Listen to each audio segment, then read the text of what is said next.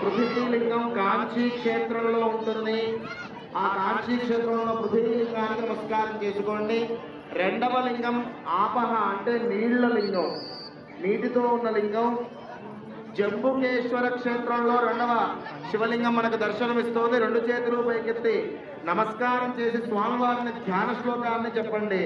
ఓం నమస్తే దేవదేవేశ, నమస్తే పరమేశ్వర, నమస్తే వృషభారూఢ నకారాయ నమో నమః, నమో నమః.